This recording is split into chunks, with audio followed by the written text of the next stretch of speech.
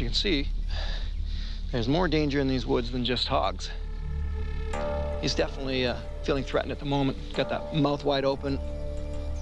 Every time I take a step a little bit closer, he's getting himself ready to strike. Now, if there were predators out here that were as adept as I am, let's say, at swinging a stick, he's lunch.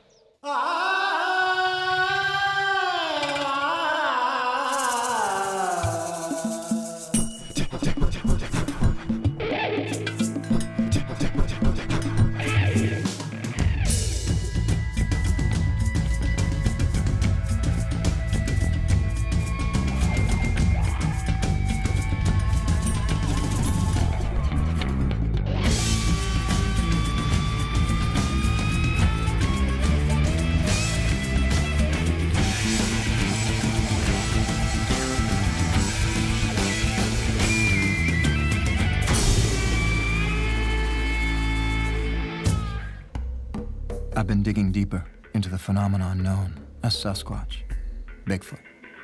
I assumed I would spend most of my time in the western mountains, but the legend persists throughout the entire continent.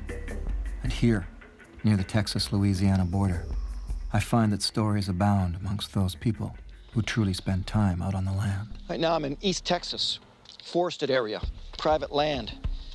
I was invited by my host, Jeff Stewart. He's had some strange encounters, including 2 face-to-face sightings. Now, mind you, his experiences stretch over the last 35+ years. Sort of teaming up what I know about the wilderness and survival, combining that with the last number of months going in all sorts of different places with researchers, wilderness enthusiasts, and advocates for a particular subject of study. I've got a good friend of mine, wilderness survival and tracking expert, Alan Beauchamp. I brought him down from Canada because I'm back once again in a hotspot, an area where hopefully the possibility exists that I can elicit an interaction with Bigfoot. With each new quest, I've acquired more gear. And here in Texas, I finally get a chance to put all the technical ideas into action. What we have to leave out there is a number of different methods. So we've got 16 hidden cameras, let's call them, because I've got 4 fake birds, and each one of them has a camera in it. Deer urine, fox urine. It's a hollow tube, and it's very sharp. And the bottom will have cotton batton, and then black tape holding that cotton batton, and that collects the DNA sample. Talk to me about placement now. Where do we want to start setting all of these things up? With everything that we're doing, if we cause a mass disturbance by this or a huge scent picture we left on the ground, what I'd like to do laterally, sporadically on the last ring around it, put them in spots where they're up against the side of a tree, where you've got maybe a microenvironment where there's a good breeze and stuff, so the scent is always going to blow by. I think the idea of the no zone, I think that's good. I think that'll work for us. I think we've offered a lot of high tech, a lot of low tech, all the while we're still in the open, with the fire being large. Say okay. We're right here. The no zone is my idea, reasoning that if the species is highly intelligent, they may be able to recognize camera equipment, even camouflaged. So give them one small, safe area where there would be no cameras or hidden devices, a free space for anything that's curious about me. What I've done is I've set a team in motion here. I've worked with Alan Beauchamp to determine what kind of stealth camera gear I want to work with, where I want to put it. The team is out just deploying everything on trees, and water, and bushes all around, so I'm going to be part of that process. The good thing about this zone right here is my campsite is over there, sort of behind you. And with this trail that runs right underneath me here, right along through here, and the bush in behind, it's a good zone for something to come up. If it wanted to spy on me, this is a great spot for it to come and sneak up on me, be able to see me, but also be able to duck out of the way. So I think the way this is going to work is for me to set a camera up high in this case, shoot down, get a nice wide angle. So hopefully if something comes from in behind, lands in here, wants to get a look at me, camera will trigger and I'll get a shot of it, night or day. I'm putting out dozens of hidden cameras, DNA traps, and audio recorders. I'm right on the trail here. Scuff this up a bit. And bury the DNA trap. If something were to come along here and step on this, if it was large, they probably wouldn't even feel it. If there's some blood or sweat, it'll go into the cotton as well. It's on the other side of this. I can take this then, get it to a lab, and do a DNA test. So what I've got is I've got the camera up in the tree. It's looking down here at me and at this whole area. Not only perhaps might the apple bring something in, might step on the trap, but also it's on the runway and maybe just some natural travel, and it'll step on the trap. All right, so this time what I have is a motion-triggered light. Now, it's actually on at the moment because I triggered it. This is well within the zone of, I'll call it the zone of stealth, where we're putting all kinds of cameras and lights and DNA traps. And I'm gonna set this guy up right here so that if it goes off, I'll know something's really close. So, pretty straightforward. Light down here, and that will turn off, but then it will trigger on again if something moves within this area here. So the idea here is really quite simple. All around me is what I would call a solar circle, the campfire being in the center. 75% of it is set up in a sort of entrapment kind of way. But then over here, in behind me, all up in there, will be the no zone, the safe zone. I'll put no cameras, a tiny little bit of low tech with some thread and some gifting, but no cameras, nothing at all. So if I'm assuming, and this is what I think I want to do, is assume some sort of major intelligence, then this is like saying, okay, this area here, it's all yours to play with. If you want to sneak up on me, you've got this whole zone here, you can sneak up on me. One thing's for sure, if it makes use of it, then that speaks to me as well. That's a different kind of evidence. If everywhere else is left alone, and there's all kinds of big footprints by large human-type shaped feet in the area where there are no cameras and no traps, well, that's just something to consider, something to throw in the mix to try and figure out the pieces of this puzzle. For now, I'm still in the stealth mode. I'm gonna set up this baby. I'll try anything to confuse and conquer whatever might be out here that's smart enough to recognize camera equipment. My next step will be to hike around the woods and let everything out here know that I'm here too.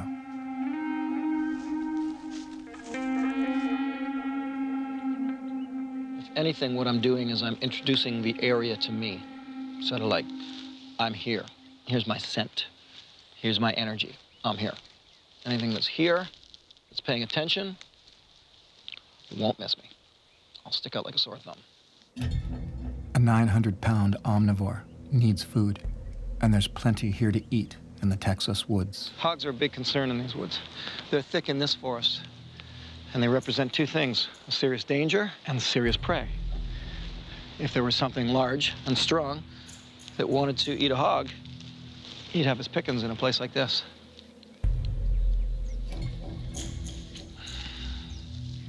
So as you can see, there's more danger in these woods than just hogs and the rare cougar. He's definitely feeling threatened at the moment. Got that mouth wide open, opens, closes slowly. You can see the tail just do its little, it's almost like a fake rattle because I'm not hearing anything, but he's doing it. It shows you, he blends right in. You can step on one of these guys without even thinking about it, without even noticing. You're walking along, wearing thin, small shoes, thin socks or something like that, bang. Now if I put my boot out towards him with the bottom of my boot, the closest thing to him, if he is going to strike, that's likely what he's going to strike at. Now, this is not something I say you should go and do. I'm just suggesting that if you're stuck in a situation like this, that the bottom of your boot is one of the safest places you have on your body. Big, thick rubber, and that's what the snake sees.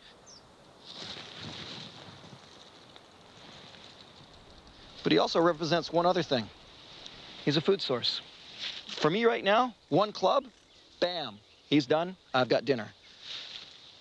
Now, if there were predators out here that were as adept as I am, let's say, at swinging a stick, he's lunch.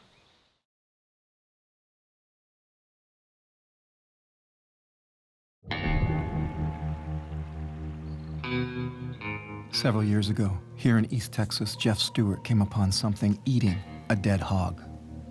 Walking up, I could see that there was something there. But I thought maybe it was several raccoons wadded up eating the entrails, the guts. As I got closer, probably maybe 20, 25 feet, it stood up.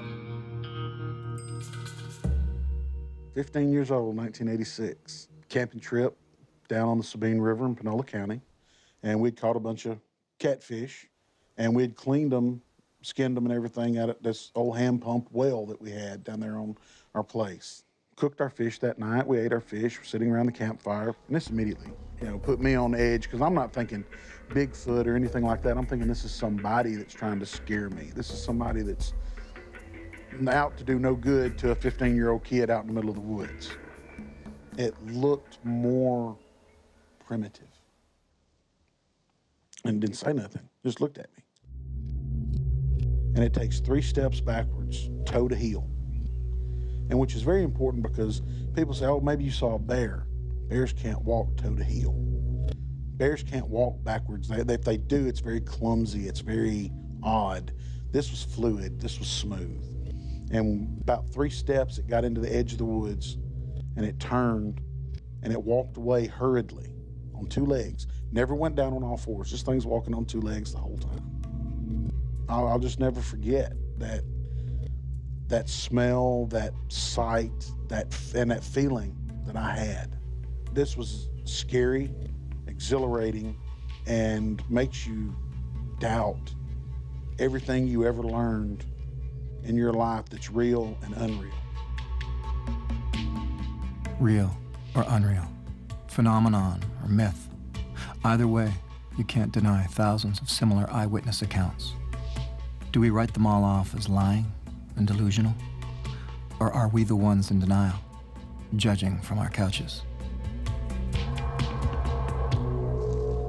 think I'm going to start here. I've put out a bit of a low-tech trap. I've got some small black thread. We're talking really fine thread here. It'll be really hard for me to find, actually.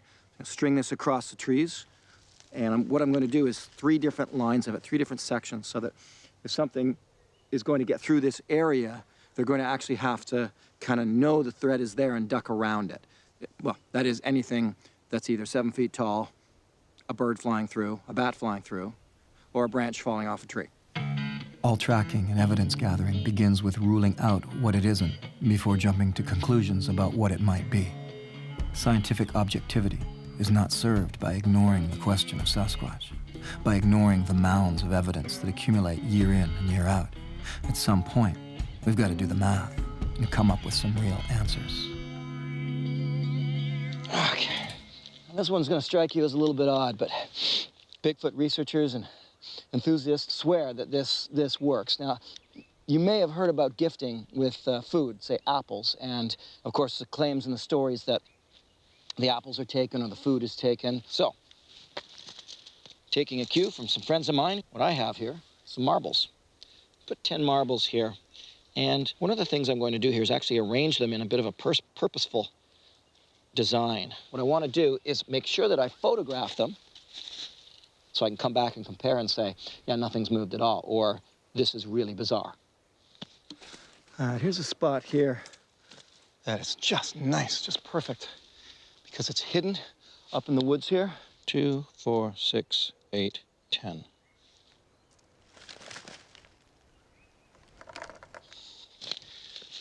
I'll get a record of it on film so I know what it looked like the way I left it.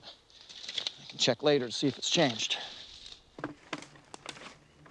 If Sasquatch is only mythical, then shouldn't the description of it vary as widely as the hundreds of different names given it by the native cultures of this continent? The Comanche of Texas called them Piamupits, described as a terrifying cave-dwelling ogre that's very tall, hairy, foul-smelling, and has big feet.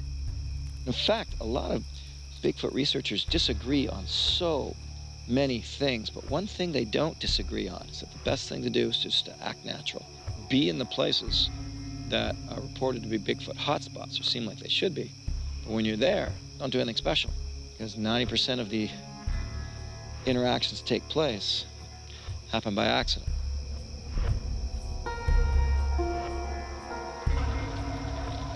Okay, so here's the deal. I'm to stay in this tent alone and quiet. The whole tent, I was cutting on the outside of the tent, so I've got holes all the way around so that I can see out of every side, but not much can see me. And wait and listen, pay attention to the forest around me, become very alert to all the nuances of my surroundings. My team is a few hundred yards away. They got a campfire going. Now they are taking the role of a normal bunch of campers, sitting around by the fire, talking, telling stories. But they're also monitoring a seismograph, that parabolic microphone, night vision cameras, and so they're taking care of all of the stealth equipment. It is raining. That changes things. Blankets a lot of sounds. But what it might do is give something, let's say, more guts, make something less timid. Might come in even closer. One of the greatest blunders of researchers who try to have some kind of interaction with a Sasquatch is that they are not scientifically gathering data. The documenting of information might be the one action that actually interests mainstream scientists. Without it, someone's word or going on anecdotal references is not going to convince anyone that all of this is anything more than delusional nonsense. One exception is the Olympic Project in Washington State. For the past 7 years, they've been collecting data based on in-depth field research. The Olympic Project is an association of researchers, anthropologists, investigators, biologists, and trackers committed to documenting evidence of Sasquatch through scientific methods. Through comprehensive habitat study, DNA analysis, and game camera deployment, their goal is to obtain as much information and empirical evidence as they can, with the hopes of one day achieving actual species verification.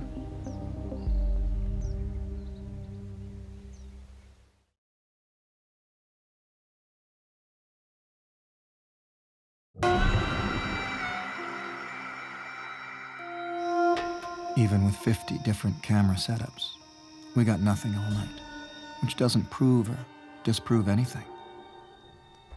I've been told that I'm fiercely determined. Well, then I'll use my determination to get to the truth, out here. Big hairy monsters don't scare me, and no one group of Bigfoot advocates or naysayers will make me their poster boy. I'll stand in the line of fire and turn this into a race for truth between me and Sasquatch. Where I stand in all of this, I stand right on the fence between skepticism and acceptance, trying to expose both worlds, not to debunk them or slam them or bring them down, but to say, look, let's look at everything honestly. It's truth that we need here. I'm searching for the truth of this subject matter. The phenomenon of Bigfoot becomes being just as much about all of the characters within this scale that are researching it as it does about Bigfoot itself. And I think that's actually unfortunate, because then the focus is taken off the subject matter and put onto the people who are out there messing with it. Bigfoot is absolutely a contradiction. It's a 10-foot monster that we can't find.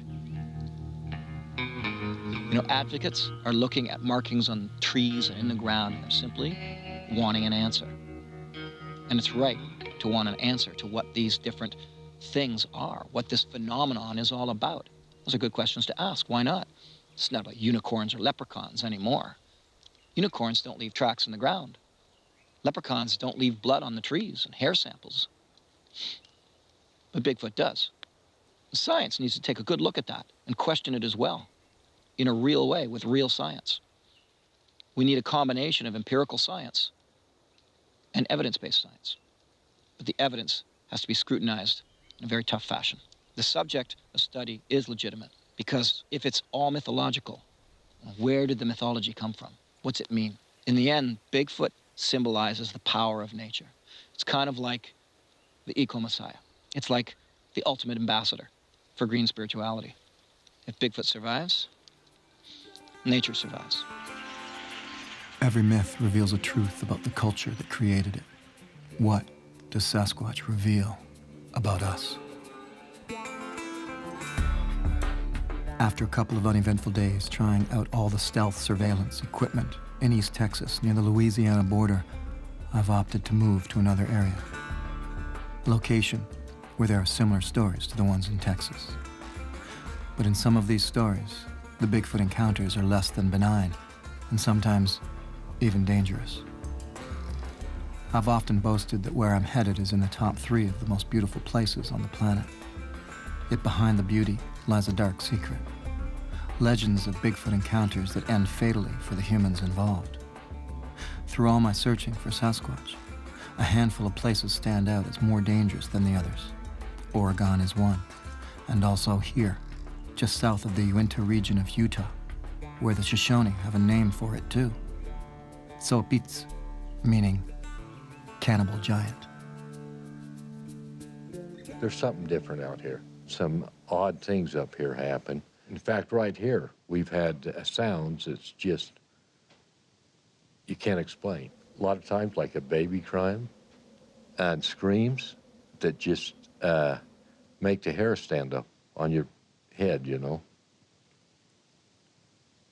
It ain't really a growl, but it's different, you know. If one of the calves, somebody mutilated it, cut its ears off, its eyes out, and part of the back of its head, and then they went in through the hind end and to cut that out.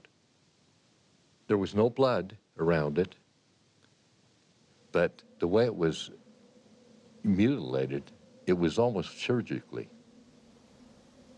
You know, what I can't see, I have a hard time believing. But I know there's something there. And it's got me, I'm a lot more leery when I go out. I mean, really leery.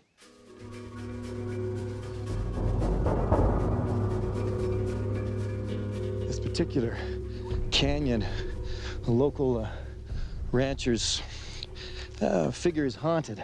Hear ungodly screams is the way they describe it. Freaks a lot of people out. It's just up here, rock paintings. There's elk, deer, but there's also strange looking creatures too, strange, larger people. You can see here, things got horns and pretty large feet. You know, how this creature is depicted in native lore and how it relates to Sasquatch or Bigfoot, you've got to recognize that there are 1,000-year-old rock paintings spread throughout North America that depict large, hairy, upright walking human beings.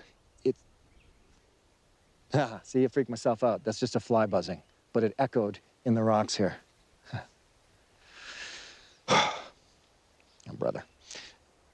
They are depicted right alongside of normal animals: wolf, raven, eagle, you name it, bear, coyote.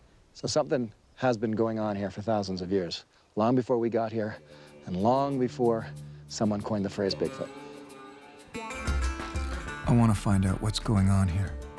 The scary stories don't unnerve me one bit, and I found an ally in Kelly Shaw, a man with a family history of Bigfoot encounters. Like me, he's just searching for the truth of the matter here in Utah.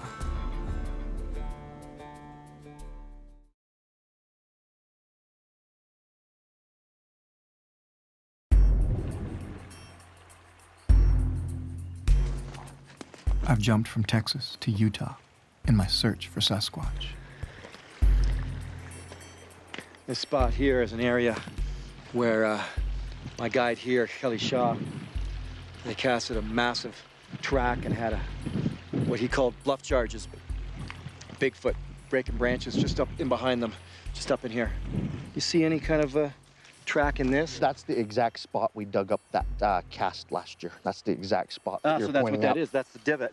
That's the divot from us digging it up. That's exactly where it was at. Wow.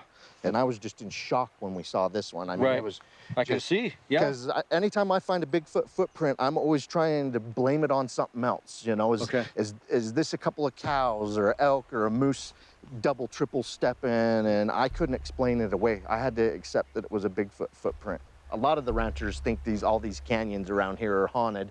I, for one, think that Bigfoot activity is being mistaken for haunting, because some of the screams are very haunting, like a woman in distress, the whoops, the wood knocks, and then when you get an intimidation display, and it's hard to call it a display because they don't actually show themselves, but it's pretty intimidating when they rush the tree line and keep pacing back and forth, stomping and snapping stuff off. Kelly's version of an intimidation display sounds exactly like what I experienced in Alaska many years earlier. It was How big were the footprints? They were 17 inches long by almost 8 inches wide. This was like the narrowest part of the snow. Okay. And you could tell they stayed in the dry spot, and it crossed kind of like a linebacker sidestepping across the snow. Okay. And then headed off that direction. We found a Bigfoot was sidestepping right here. He's doing this little shuffle sidestep. I've heard of him doing this. That is just a massive footprint. You can see the toes. Yes. And you can see my fresh footprint right next to it. It's a very warm day today. The snow's melting quick. So it must have made this when the snow was a little bit colder. Kelly wouldn't normally camp out in the research area, especially not alone. So naturally, that's what I'm going to get him to do with me. We're going to set up in a spot here that the elk like to bed down, and all of this area where we are right now is just, they've found them. It's been riddled with Sasquatch tracks, big ones, 19-inch, 17-inch, 14-inch. This branch here, this has got that whole sort of break, twist thing going on, and this happened during the nice season. It didn't happen during snow load or anything like that. This was done, very physically done, in between treks that the team had made coming into here. Snapped and twisted and pulled down. So we're camping just up here. I've got the stealth tent this time, and then about 75 yards this way is another depression area where they call Bigfoot Highway, where they got an awful lot of tracks. So we'll let the dark come in and see what happens, because apparently we are smack dab in the middle of the hot zone. I can't just expect an encounter anywhere. The claim to be hotspots are key to having any kind of interaction. So right now I'm halfway between where we are sleeping tonight and what they call Bigfoot Highway down there. What I want to do is, I've got Kelly's permission to test out one of these pheromone chips. These are the ones that it's a combination of gorilla sex pheromone and human sex pheromone, apparently. Whatever that means, I don't know, but it stinks, so let's find out what happens. Oh, phew. Ah, stinks. Well, let's just make it obvious, shall we?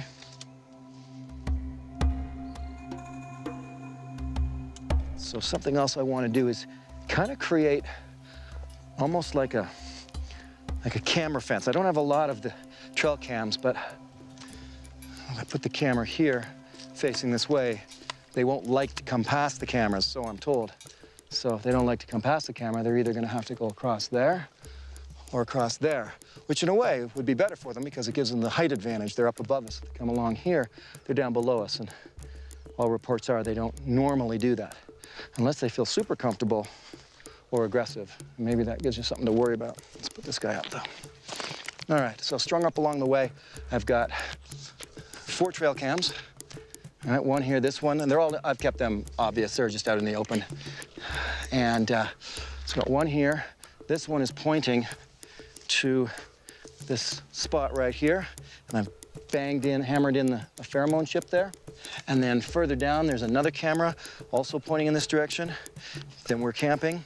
Then there's a camera pointing in this direction, pheromone chip further down, and then another camera pointing in this direction. So all the cameras pointing in one direction like a camera fence. You know, so anything that comes along here will get it. Anything that comes along that's savvy to cameras will be forced to go up behind the cameras, which is all in behind us, all where we are right here. And as far as the pheromone chip goes, I haven't got a clue. It's really just trying something, anything to see what could happen. Sun's creeping its way up to the top of the hills, so it's gonna be dark soon. I've been told that having teenagers or kids around can increase the chances of an encounter with Sasquatch. deal is that I'm set up in camp with Kelly Shaw. He's got his tent, I've got mine. In fact, I did a little change this time, just to shift things up, see if anything happens. I just heard like whoop, whoop, up there. Anyway, what I was gonna say was I brought my son. Get a week off school and use them as Bigfoot bait. See if they come in, because there's a teenage boy hanging about. You know, the thing about a situation like this and why I like working with Kelly is he's not out to change the world. He's just simply out looking for answers to his own experiences, of which he's had many, and his family. He comes from a generation of people who've had Bigfoot sightings. So he's out here just to prove it to himself, nobody else. In Kelly's case, he's seen things. He's seen darting, upright, furred creatures, you know, walking these hills. He hasn't had a close-up visual encounter, and neither have I. He's a little further along the road than I am as far as being sure that they're here. He's still not 100% sure, and that's why he continues in his search. This is a great spot. It just looks like if you could, you know, your mind's eye, you look up there, you just think, oh yeah, you see something up there.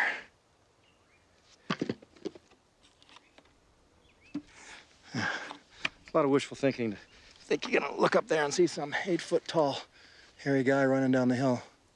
Of course, if he was running towards you, then I don't know how long I'd stay there and watch him. If this is a game, then it's one that gets us out in the wilderness connecting with nature. If interest in Sasquatch is getting people out into the forest during an era when it would seem that interest in hunting and fishing and hiking is at a low, then so be it. In this way, Bigfoot proves out its reputation for being an advocate for nature, for being a symbol of our own connectedness to the earth. And so, in the absence of the city noises, Kelly, Logan, and I settle into the forested area of Utah as night falls, otherwise known as the witching hour for Sasquatch. So we've got a couple of those glow sticks that you crack and then they stay lit for a few hours.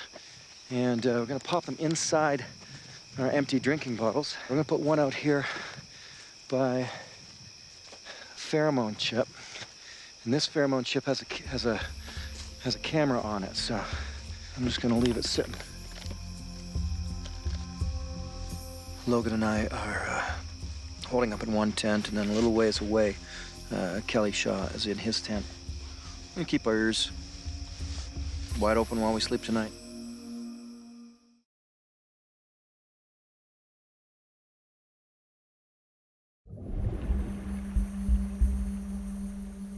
This is the morning we wake up to.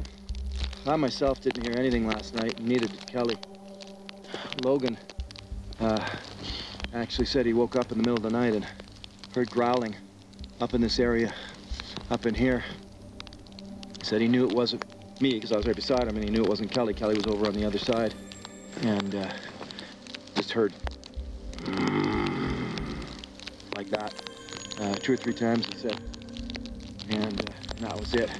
Other than that, no real action into the night. We were visited during the night by this mountain lion caught on Kelly's trail cam. He came within a few feet of our tent. I'm gonna hike around these hills for the day and into the night. Let the night fall on us. See if we stir up anything. In both Texas and here in Utah, I'm seeing the signs, hearing about the evidence, but I'm not feeling any closer to a real experience. I'll keep searching, trying anything. All right, so we've stopped, and the boys have headed back on the trail. I'm going to give them a good bit of distance between me and them, maybe 15, 20 minutes. I'll wait here. It's on my own. I want to walk back alone.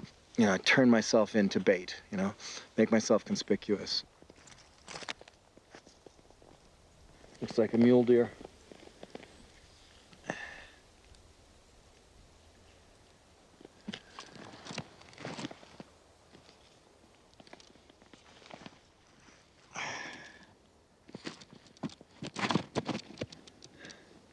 So, something caught and ate a mule deer here. Could have been bear, could have been human. Could have just died. Old age, but his bones have been picked at. You know, this has tooth marks that I know researchers have been looking for. The tooth marks that look like human teeth, not fangs. A definite teeth mark on this. I think I'll take this back. These are the kinds of research details that are starting to make a difference scientifically. Once you collect the data and you rule out death by wolf, bear, human, or mountain lion, you start to narrow down the answers to the questions of what is going on out here. Whether or not one of those answers leads to Sasquatch is another story. That's what you had seen when you first got here, was more all sort of green? We seen it right after it had been made. It looked like everything was really fresh, and you could still smell the pine from, you know, the fresh snaps. Right, okay. So this spot here, when Kelly and his team were researching this area earlier, it was during the summer, so snow load is ruled out. And you can see right up at the top, you've got branches broken off. I mean, and nothing broke them off. There's no, you know, cliff rocks that have come down or super large tree that knocked them down. And the ones beneath them are not broken off, so that's really odd. Down here, all gathered together like this, and when they were here, you could still smell the evergreen boughs, sort of bedding sites that people are claiming belong to Sasquatch. When one researcher takes you to a so-called tree structure, it's easy to be skeptical. But when they start showing up in wilderness everywhere, it becomes a curious find indeed. Same thing again. What you've got happening is they're almost like woven at the top. The bottoms are not root structures. There's no root structures at the bottom yet. They're still shoved down about 6 inches into the dirt and lined up in this strange manner now. Get to see these sort of structures in different places. This is the first time I've seen them sort of like this. Either way, this is a deliberate structure. These didn't grow like this, and they didn't fall here like this, and it's not snow load. None of those elements will do this. This is more deliberate. That doesn't say what it is. It just says what it isn't.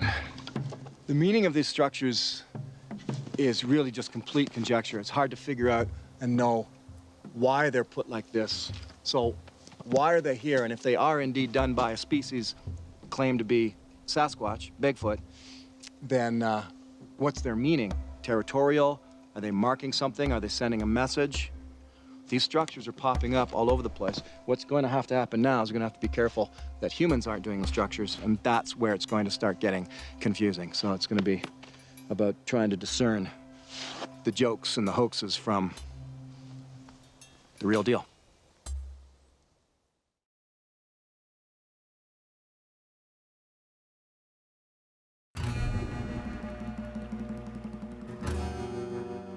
What I've decided to do is just a bit of a night hike up a different hollow here. This is one of the main ones that ranchers think are haunted. They hear quote-unquote ungodly screams coming out of this place. Naturally, that has my interest piqued, my curiosity. Set on fire here, so I'm gonna walk up it 4 ways. Walk it in the nighttime.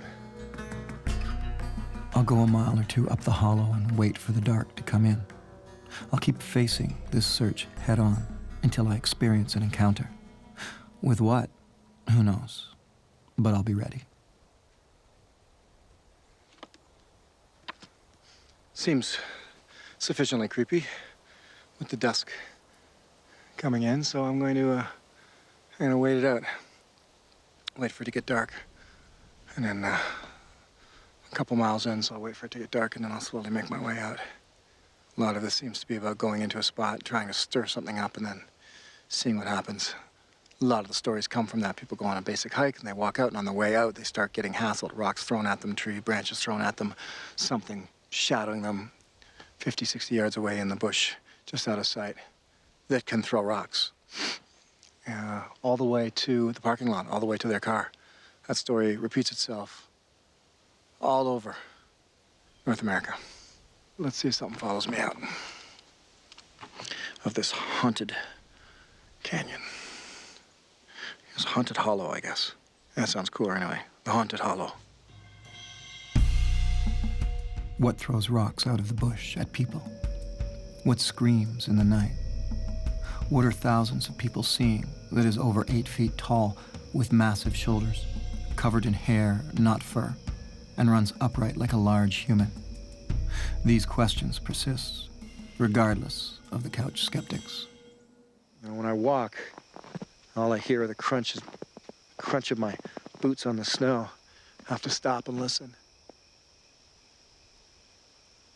And this is the tricky part, you know, sometimes you're sleeping in the bush at night, and I'm laying there and I'm trying to listen to the sound, trying to see if I hear something, and then, oh, I hear something all of a sudden. What's happening is, you know what I'm hearing? I kid you not, I'm hearing my beard rub on my coat. But if I'm half asleep and I hear that, it sounds like something moving the bushes 200 yards away. Easy to fool yourself out here.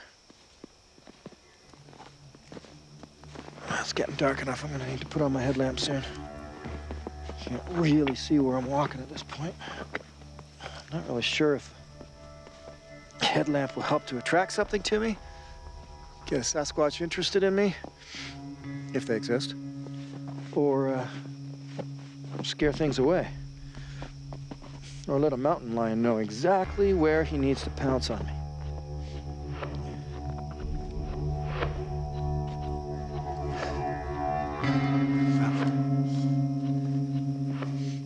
Seems everywhere I go has its own set of crazy stories. Running the gamut of seeing big hairy apes to alien abductions out here in the wilderness. The wilderness is a place I like to call home, so I think what I'll do is I'll keep coming out here. I'm comfortable out here, alone and in deep and dark and in remote places. If there's something going on out here, I'd like to see it. I ain't quitting yet. Let's see what I can find. Jeff Stewart of Texas knows what he saw. Kelly Shaw believes his father and his father before that. Wally is like me. He's heard some strange things out here. So go ahead and sit on the couch and cry out, skeptic. You're not out here. This is where the action is. Who knows? Maybe someday something big and hairy will throw a rock at me, and I'll get a glimpse at whatever it is that's causing all the fuss. And then I'll finally have my answer. Whatever that answer might be.